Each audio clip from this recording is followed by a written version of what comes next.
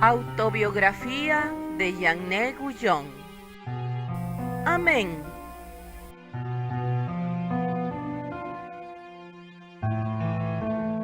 Capítulo 17. Nos fuimos a vivir a la campiña y allí cometí muchas faltas. Pensaba que las podía cometer entonces porque mi marido se entretenía con la construcción, aunque si me alejaba de él se ponía descontento. En un momento dado, mientras estaba hablando sin parar con los obreros, adoptaba esta actitud. Yo me plantaba en una esquina y me llevaba allí mi trabajo, aunque apenas podía hacer nada, por causa de una fuerza de atracción que hacía que el trabajo se me cayera de la mano. Me pasaba horas enteras así, sin ser capaz de abrir mis ojos ni saber lo que estaba pasando. Sin embargo, no había nada que deseara ni de lo que tuviera miedo. En todo lugar encontraba mi propio centro, pues en todo lugar encontraba a Dios. Ahora mi corazón no era capaz de desear más que lo que ya tenía. Esta disposición extinguía todos sus deseos y a veces me decía a mí misma: ¿qué es lo que quieres? ¿Qué es lo que temes? Me sorprendía al comprobar en la experiencia que no tenía nada que temer. Fuera cual fuera el lugar en que me encontrara, ese era mi lugar apropiado. Como por lo general no se me concedía tiempo para orar más que con dificultades y no me permitían levantarme hasta las 7 en punto, me levantaba con sigilo a las 4 y de rodillas en la cama deseaba no ofender a mi marido y procurar por todos los medios ser puntual y asidua en todo. Pero esto pronto afectó a mi salud y le hice daño a mis ojos, que todavía estaban débiles. No hacía más de 8 meses que había tenido la viruela. Esta pérdida de sueño trajo una dura prueba sobre mí. Incluso mis horas de sueño se vieron muy alteradas por miedo de no levantarme a tiempo. Sin darme cuenta, me quedaba profundamente dormida durante mis oraciones. En la media hora que tenía después de cenar, a pesar de sentirme bastante despejada, el sopor podía conmigo. Trataba de remediar esto mediante las más duras aflicciones corporales, pero en vano. Como aún no habíamos construido la capilla y nos encontrábamos lejos de cualquier iglesia, no podía acudir a los rezos ni a las ceremonias sin el permiso de mi marido. Era muy reacio a permitírmelo, salvo en domingos y festivos. No podía irme en el carruaje, con lo que me vi forzada a usar ciertas estratagemas y conseguir que la misa religiosa se diera a una hora muy temprana de la mañana, a la que, débil como estaba, a pie me esforzaba en llegar medio tambaleándome. Estaba a un cuarto de legua. Dios obraba verdaderamente maravillas para mí. Por lo general, cuando me iba por las mañanas a los rezos, mi marido no se levantaba hasta que yo había regresado. Muchas veces, en el momento de salir, el tiempo estaba tan nublado que la muchacha que llevaba conmigo me decía que no podría salir, o que si lo hacía, me calaría hasta los huesos. Le contestaba con mi acostumbrada confianza: Dios nos asistirá. Normalmente llegaba a la capilla sin mojarme. Una vez allí, la lluvia arreciaba sin perdón. Al regresar, paraba la lluvia. Cuando llegaba a casa, empezaba de nuevo con furia renovada. Durante los años que he actuado de esta manera, nunca me he visto traicionada por mi buena fe. Cuando estaba en el pueblo y no podía encontrar a nadie, me sorprendía ver que venían a preguntarme sacerdotes si quería recibir la comunión y que si lo deseaba, ellos me la ofrecerían. No tenía intenciones de rehusar las oportunidades que tú mismo, oh Señor, me ofrecías, pues no tengo dudas de que eras tú, mi Dios, el que los inspiraba a que me lo propusieran.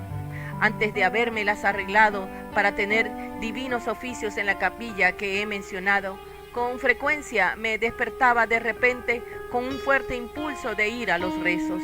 Mi doncella decía: pero madame, se va a cansar en vano, no habrá misa, pues aquella capilla aún no tenía atención regular.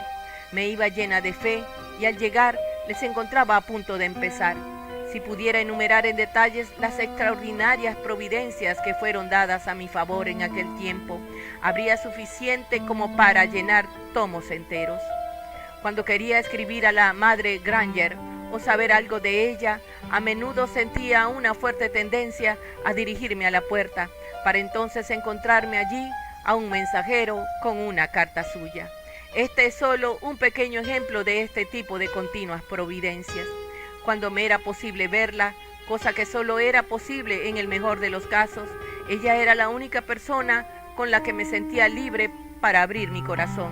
Y esto gracias a la ayuda de la providencia, porque me estaba prohibido por mi confesor y por mi marido. Puse una confianza absoluta en la Madre Granger. No le ocultaba nada en cuanto a aflicciones o pecados. Ya no practicaba ninguna austeridad, salvo las que ella estaba dispuesta a permitirme. Poco podía entonces contar de mi estado interior, pues no sabía cómo expresarme. Era muy ignorante en esas cuestiones y nunca había leído o escuchado nada acerca de ellas. Un día, cuando pensaban que iba a ver a mi padre, me fui corriendo a ver a la Madre Granger. Se supo, y aquello me costó una cruz. Tal era su cólera contra mí, que hasta parecía mentira. Incluso mantener correspondencia con ella llegaba a ser tremendamente difícil. Aborrecí profundamente la mentira, y por ello prohibía a los lacayos que dijeran alguna. Cuando les veían, le preguntaban a dónde se dirigían y si llevaban alguna carta. Mi suegra se colocaba en un estrecho corredor por el que necesariamente tenían que pasar aquellos que fueran a salir. Les preguntaba a dónde iban y qué llevaban. Algunas veces que me iba a pie a ver a los benedictinos, yo los obligaba a llevar calzado de repuesto para que por el barro no se dieran cuenta de que habían estado lejos. No me atrevía a ir sola, y los que me atendían tenían órdenes de decir todos los lugares a los que yo iba, y si llegaban a saber que no cumplían con su deber, eran disciplinados o bien despedidos. Mi marido y mi suegra siempre estaban arremetiendo contra aquella buena mujer, aunque en realidad la apreciaban. Algunas veces yo le dejaba ver mis quejas y ella respondía: ¿cómo habrías tú de contentarles cuando yo misma he intentado sin éxito todo cuanto estaba en mi mano durante 20 años? Porque mi suegra tenía a 2 hijas bajo su tutela y siempre tenía algo que decir en relación con todo lo que tuviera que ver con ellas. Pero la cruz que más sentía era que pusieran a mi propio hijo en contra mía. Le infundían un desprecio tal hacia mí que no podía verle sin sentir un tremendo sufrimiento.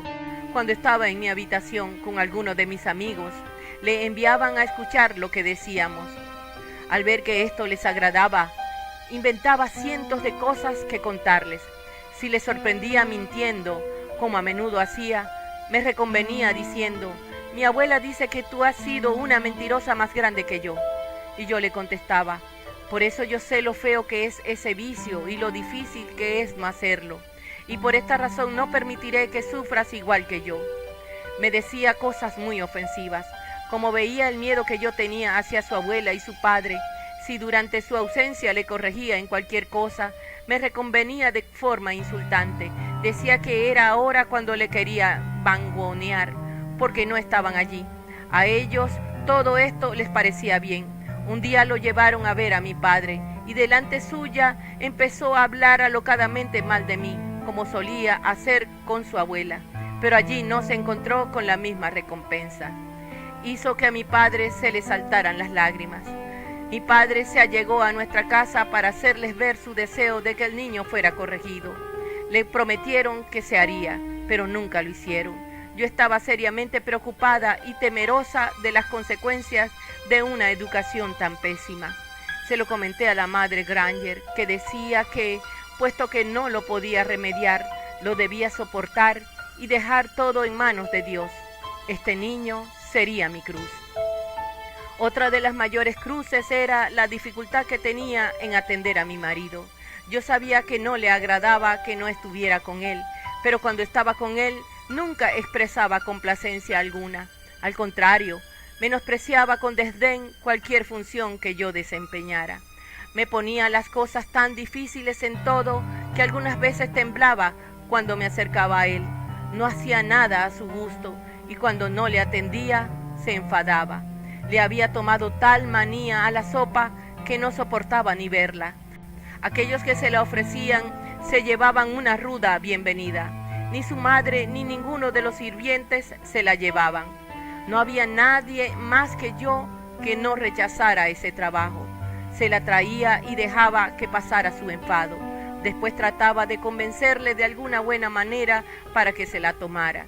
Le decía que me reprendan varias veces al día antes que soportar el verte sufrir por no traerte lo que Dios manda.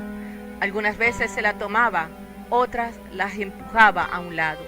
Cuando estaba de buen humor y yo traía algo que era de su gusto, entonces mi suegra me lo arrancaba de las manos y ella misma lo llevaba. Como pensaba que no ponía el suficiente cuidado y esmero para satisfacerle, se ponía furioso conmigo y le expresaba gran agradecimiento a su madre. Usaba toda mi maña y mis ganas para ganar el favor de mi suegra por medio de mis regalos, mis servicios, mas no alcanzaba el éxito. Oh, mi Dios, cuán amarga y dolorosa sería una vida así si no fuera por ti. Tú la has endulzado y me has permitido hacer las paces con ella. Esta vida dura y mortificante me daba algunos breves paréntesis. Estos solo servían para hacer los reveses más agudos y amargos. Amén.